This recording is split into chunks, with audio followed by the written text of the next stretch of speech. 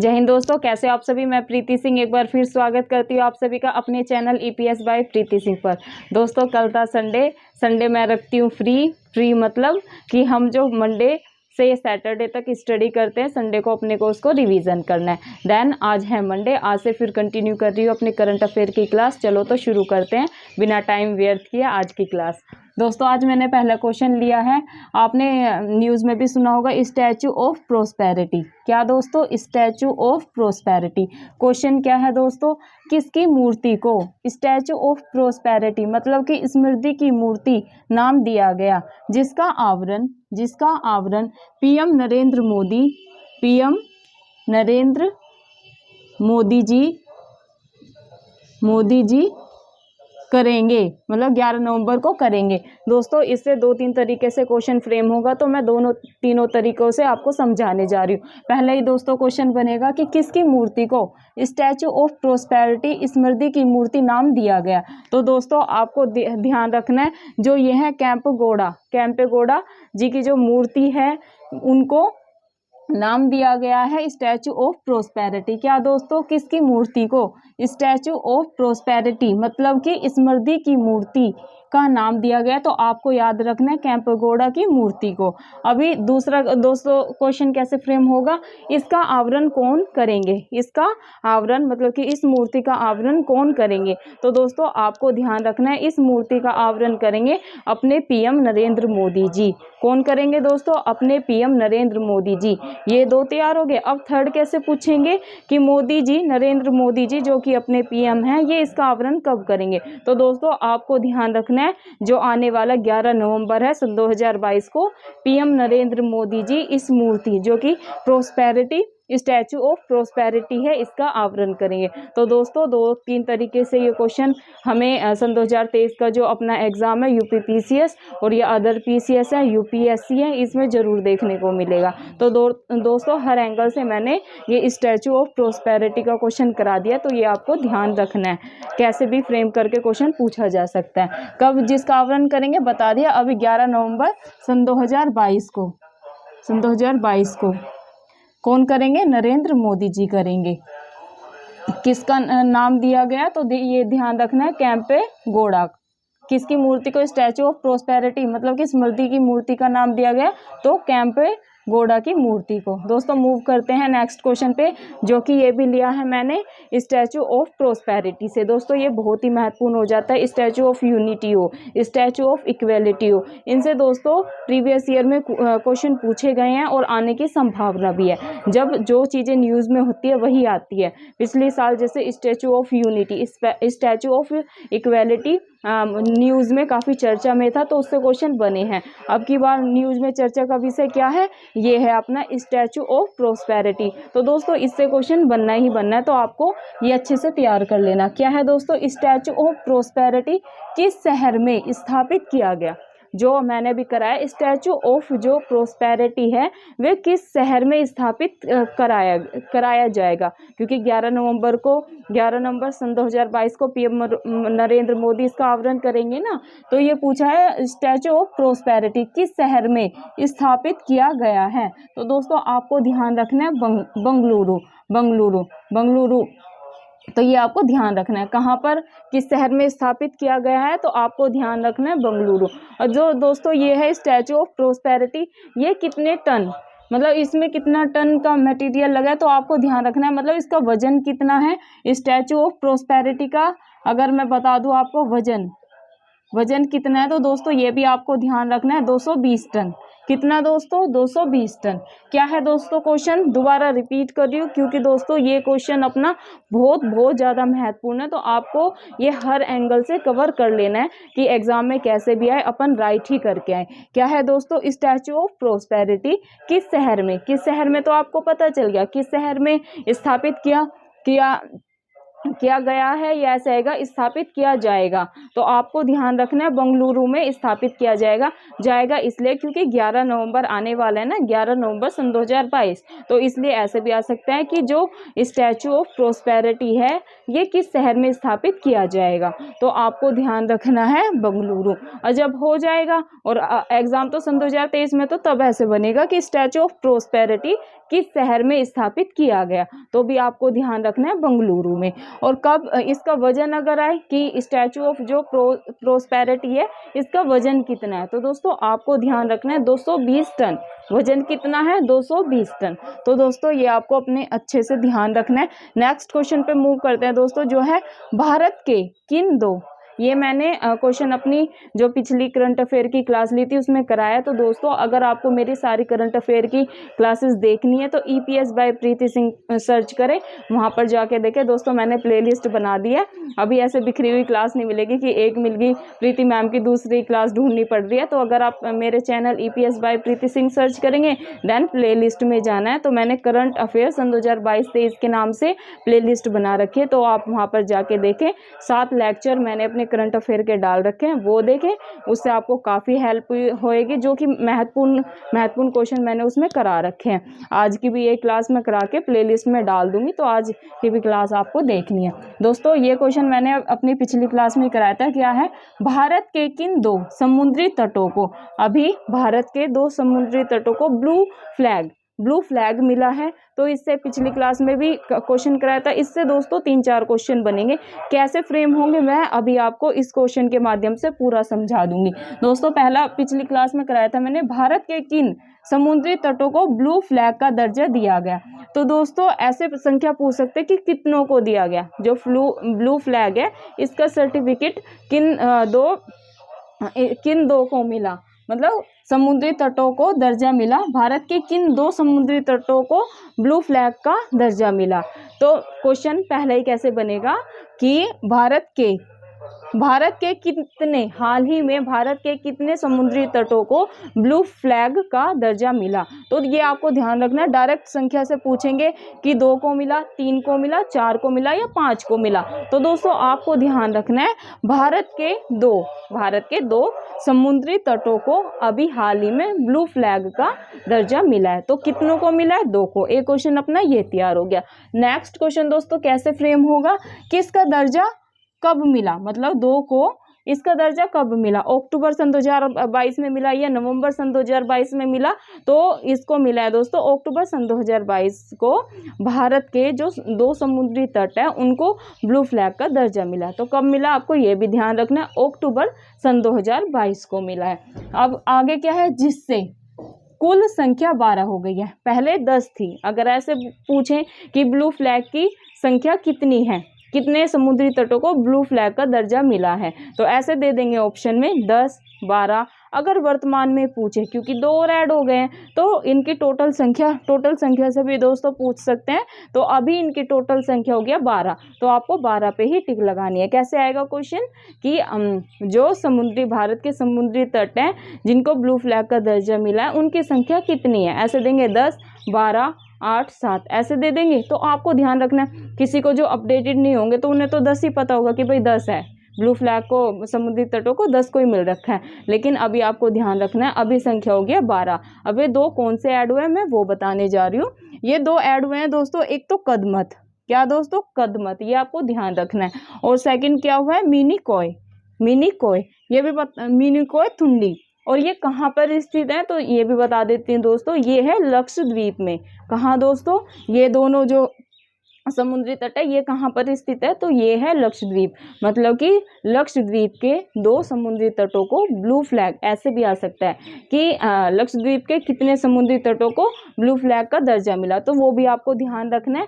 ये मिला है 2 को, एक तो कदमत को और एक मिला है मिनी कोय थुंडी को। तो दोस्तों ये मैंने 4-5 एंगल से आपको क्वेश्चन करा दिया है तैयार, कैसे भी आए घुमा फिरा के, तो आप राइट ही। टोटल संख्या बता दी 12, कितने ऐड हुए हैं, 2 ऐड हुए हैं। कहाँ, मतलब कहाँ पर स्थित है, लक्षद्वीप में स्थित है। कौन कौन से हैं तो वो भी ध्यान रखना है आपको, कदमत और ये अपना मिनी कोय थुंडी। तो दोस्तों अगर ब्लू फ्लैग से आता ही आता क्वेश्चन दोस्तों किसी ना किसी एग्जाम में, यूपीएससी लेवल हो, स्टेट पीसीएस में किसी ना किसी में, चाहे वो एमपी पीसीएस हो, यूपी पीसीएस हो, आरएएस हो या फिर बीपीएससी हो या फिर हरियाणा पीसीएस हो, किसी ना किसी एग्जाम में दोस्तों आपको ये क्वेश्चन ब्लू फ्लैग से जरूर देखने को मिलेगा। ये दोस्तों क्वेश्चन ऐसा है, ये पर्यावरण से रिलेटेड है, तो ये क्वेश्चन आना ही आना है करंट में, क्योंकि आपको पता है जो अपनी इन्वायरमेंट की पर्यावरण की जो अपना यूनिट है वो ज़्यादातर अपने करंट से रिलेट करके ही क्वेश्चन फ्रेम करते हैं। तो ये जो ब्लू फ्लैग है बहुत महत्वपूर्ण है। तो मैंने हर एंगल से ये क्वेश्चन करा दिया, कैसे भी आए आपको टोटल संख्या, कितने ऐड हुए हैं, कहाँ पर स्थित हैं, ये सब आपको एकदम माइंड में सेट कर लेना है। दोस्तों मूव करते हैं नेक्स्ट क्वेश्चन पे, जो कि है जियो। जो जियो कंपनी है, जियो कब तक पूरे भारत में 5G नेटवर्क की बात हो रही है, तो जियो का पूछा गया इसमें, जियो कब तक पूरे भारत में 5G नेटवर्क मुहैया कराएगा। जो जियो है दोस्तों, पता है जियो मतलब सिम भी इतनी सस्ती आ जाती है और फ्री में कॉलिंग चलती है। तो जियो ने काफ़ी मतलब कंपनी अच्छी है, आप सभी को पता है, सबके पास जियो की सिम होगी आई होप।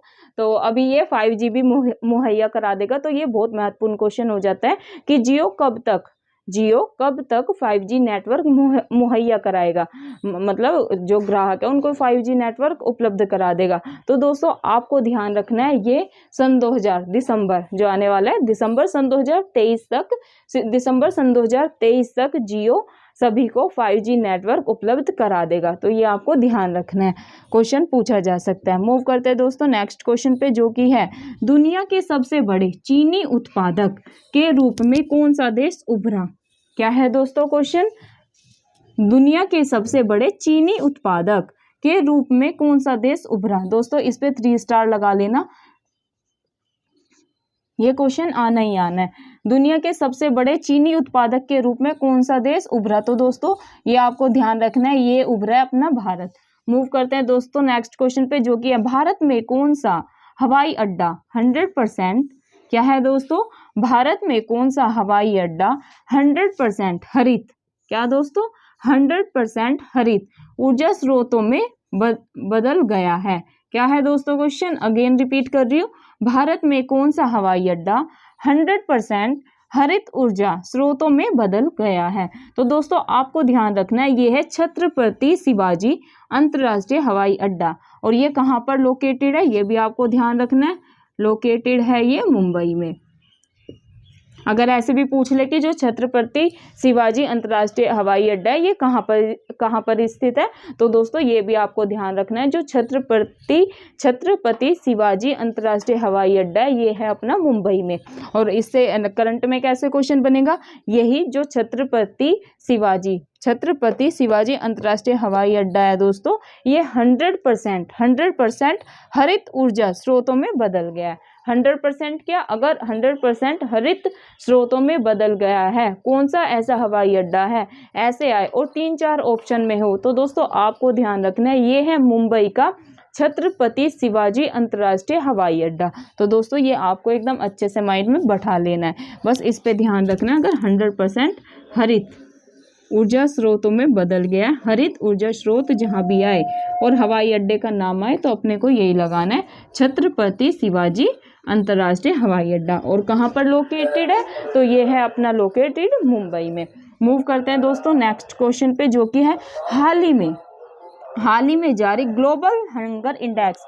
मैंने आपको अपनी पिछली क्लास में भी बताया था दोस्तों, इंडेक्स जो सूचकांक है दोस्तों, ये बहुत ही महत्वपूर्ण टॉपिक है। सूचकांक में हर एग्जाम, चाहे वो यूपीएससी का हो, स्टेट पीसीएस का हो, या फिर कोई other exam, all competitive exam हो, उसमें दोस्तों पूछे जाते हैं इंडेक्स से क्वेश्चन। और यूपी पीसीएस में तो दोस्तों 1 से 2 क्वेश्चन इंडेक्स से आने ही आने 100%। तो दोस्तों अपने को ये इंडेक्स भी कवर करते हुए चलना है। आज मैंने लिया है ग्लोबल हंगर इंडेक्स से क्वेश्चन। क्या है दोस्तों, हाल ही में जारी ग्लोबल हंगर इंडेक्स सन 2022 में भारत, क्या दोस्तों, भारत कौन से स्थान पर रहा, सन 2022 का है दोस्तों। तो ये आपको ध्यान रखना है, हाल ही में जारी ग्लोबल हंगर इंडेक्स सन 2022 में भारत कौन से स्थान पर रहा। तो दोस्तों सन 2022 में हंगर इंडेक्स में भारत रहा है 107वें स्थान पर। कितने पे दोस्तों, 107वें। दोबारा रिपीट कर रही हूँ क्योंकि दोस्तों इस पे आप लगा लो 3 स्टार। ये क्वेश्चन एग्जाम में हंगर इंडेक्स से पूछा जाना है किसी ना किसी एग्जाम में, चाहे वो यूपीएससी हो, जितने भी अदर पीसीएस हैं उसमें, या फिर किसी और कॉम्पिटिटिव एग्जाम में आपको हंगर इंडेक्स से दोस्तों जरूर क्वेश्चन देखने को मिलेगा। तो अगेन रिपीट कर रही हूँ, हाल ही में जारी ग्लोबल हंगर इंडेक्स सन 2022 का जो ग्लोबल हंगर इंडेक्स जारी हुआ है उसमें पूछेंगे भारत का स्थान कितना है। तो दोस्तों आपको ध्यान रखना है 107वां है। कितना दोस्तों? 107वां है। मूव करते हैं दोस्तों नेक्स्ट क्वेश्चन पे, जो कि है हाल ही में जारी यूएन रिपोर्ट। क्या दोस्तों? हाल ही में जारी यूएन रिपोर्ट के अकॉर्डिंग मतलब अनुसार सबसे ज्यादा गरीब किस देश में है। दोस्तों ये क्वेश्चन भी बहुत ही ज्यादा महत्वपूर्ण है।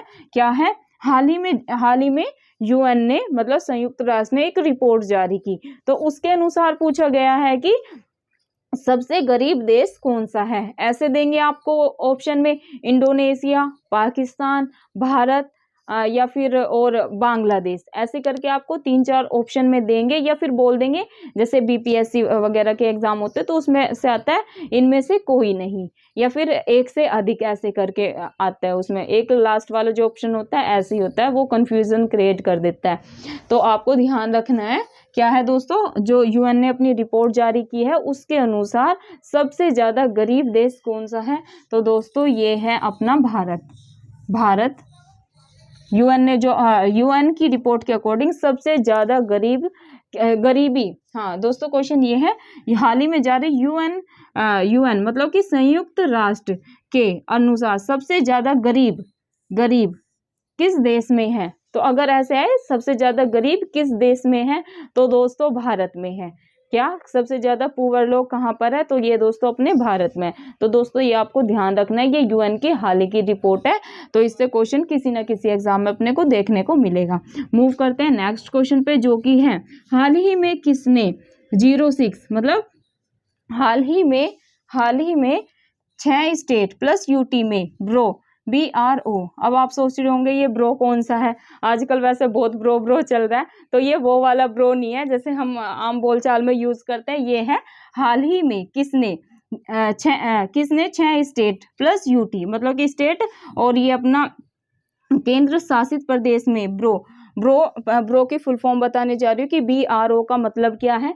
BRO का मतलब है दोस्तों बी से बॉर्डर रूट ऑर्गेनाइजेशन। क्या दोस्तों? बॉर्डर रूट ऑर्गेनाइजेशन की 75 मतलब 75 परियोजनाओं का उद्घाटन किया है। क्या है दोस्तों? किसने? हाल ही में 6 स्टेट प्लस यूटी में मतलब 6 स्टेट और केंद्र शासित प्रदेश में मतलब कि बॉर्डर रूट ऑर्गेनाइजेशन की 75 मतलब कि 75 परियोजनाओं का उद्घाटन किया है। तो दोस्तों आपको ध्यान रखना है ये क्या है, राजनाथ सिंह ने। किसने दोस्तों? राजनाथ सिंह ने। तो अभी मैं आपको BRO के बारे में पूरा 360 डिग्री से समझा दूंगी। फुल फॉर्म तो मैंने बता दी, बाकी इसका स्थापना दिवस और इसके डायरेक्टर जनरल कौन है ये भी बताने जा रही हूँ। तो दोस्तों फुल फॉर्म तो मैंने बता दी, एग्जाम में कई बार पूछ लेते हैं कि BRO की फुल फॉर्म क्या है। तो दोस्तों आपको ध्यान रखनी है बॉर्डर रूट ऑर्गेनाइजेशन। क्या दोस्तों? Border root organisation. देन इसकी स्थापना कब हुई? जो BRO है इसकी स्थापना कब हुई? तो दोस्तों आपको ध्यान रखना है 1960 में। कब दोस्तों? 1960 में इसकी स्थापना हुई। अब इससे एक क्वेश्चन ऐसे बन सकता है कि BRO मतलब ब्रो के डायरेक्टर जनरल कौन है। तो दोस्तों आपको ध्यान रखना है राजीव चौधरी जी BRO के डायरेक्टर जनरल है। तो दोस्तों ये थी आज की करंट अफेयर की क्लास। आई होप आपको इससे काफ़ी मदद मिलेगी। अगर हम दोस्तों रोज डेली अपने 10 से 15 क्वेश्चन, ये देखने में आपको 10-15 लग रहे होंगे लेकिन इस तरीके से समझाए हैं कि अपने 20 से 22 क्वेश्चन कवर हो गए। क्योंकि जैसे कि अभी स्टैचू ऑफ प्रोस्पेरिटी है, इससे मैंने पूरा बता दिया कहाँ पर लोकेटेड है, कितने टन की है, और ये अपना लक्षद्वीप का हो गया, और अपना ये BRO के बारे में पूरी जानकारी दे दी। तो दोस्तों ऐसे ही हम, क्योंकि आपको पता है मैम के पास बोर्ड की लिमिटेशन है, जितना आता है उतना मैं करा देती हूँ इस पे लिख के, बाकी मैं ओरली आपको समझाती चलती हूँ। तो इसलिए दोस्तों आपको पेन पेपर अपने हाथ में रखने हैं, अपनी चीज़ों को नोट करते हुए चलना है। दोस्तों करंट अफेयर का ऐसे ही होता है, आप रोज रोज पढ़ेंगे ना, जैसे 10 से 15 क्वेश्चन तैयार कर लिए, रोज रोज पढ़ेंगे तो वो चीज़ें फिर अगले दिन या जैसे 2-3 दिन बाद पढ़ते हो, या फिर आप हफ्ते की एक बार करंट अफेयर देखते हैं तो उसमें रिपीट होती जाती हैं, क्योंकि दिन में दोस्तों 10-15 चीज़ें ही घटित होती हैं। तो अगर आप रोज रोज करते चलेंगे तो आपके माइंड में वो चीज़ें बैठनी शुरू हो जाएगी। देन जब हमारा जैसे जून में एग्ज़ाम है, तो अगर आप फिर मार्च अप्रैल में देखेंगे ना वार्षिकी की करंट अफेयर हम सभी पढ़ेंगे, तो आपको बहुत सारी चीज़ें इतना इजी लगेगी। तो आपको ऐसे वार्षिकी देखकर पता चलेगा 1 साल की कि ये तो कुछ भी नहीं है, मैं एकदम 10-15 दिन में इसको ख़त्म कर दूंगी पढ़ के या ख़त्म कर दूंगा पढ़ के। तो दोस्तों करंट अफेयर डेली करने का यही मतलब होता है कि एंड में एकदम सर पे भार ना पड़े कि यार करंट अफेयर बचा, अभी जीएस तो कवर हो गया, सीसैट भी हो गया, अपने को करंट अफेयर करनी है। तो अगर हम दोस्तों आधा घंटा तो डेली निकाल ही सकते हैं करंट अफेयर के लिए, रोज रोज पढ़े। जैसे खाना खा रहे हैं तो करंट अफेयर लगा ली, करंट अफेयर वैसे भी ना देखे, ऑब्जेक्टिव न्यूज़ ही लगा ली। न्यूज़ में इतनी सारी चीज़ें होती हैं, 10-12 खबरें अगर आप रोज देखेंगे तो पता होगा कि देश दुनिया में चल क्या रहा है। तो फिर ऑप्शन में चीज़ें आएंगी, हम राइट कर देंगे, कोई गुंजाइश ही नहीं है दोस्तों कि हम गलत करके आए। तो दोस्तों हर एग्जाम में मैंने हर वीडियो में बताया कि यूपी पीसीएस में 30 से 35 क्वेश्चन अपने करंट से ही आते हैं। तो दोस्तों एंड तक हमें एकदम करंट अफेयर को एकदम टिप्स पे कर लेना है कि करंट अफेयर ऐसा हो जाए कि कहीं से भी आए क्वेश्चन हम तो अपना राइट ही करके आएंगे। 35 में से 30-32 तो अपने राइट ही होंगे और बाकी जो स्टैटिक है हम उनसे कवर कर लेंगे। तो दोस्तों जय हिंद जय भारत। आपको मिलते हैं कल की क्लास में। अब सैटरडे तक कंटिन्यू क्लास रहेगी, देन संडे आपको पता ही है मैम रखती है अपना रिवीजन का, अपना भी, और मैं आप सभी को बोलती हूँ आप भी मंडे टू सैटरडे पढ़ाई करें और अपना संडे रिवीजन का रखें, ताकि हम चीज़ों को ना भूलें और लंबे समय तक अपने माइंड में स्थिर कर पाएं। तो दोस्तों जय हिंद जय भारत।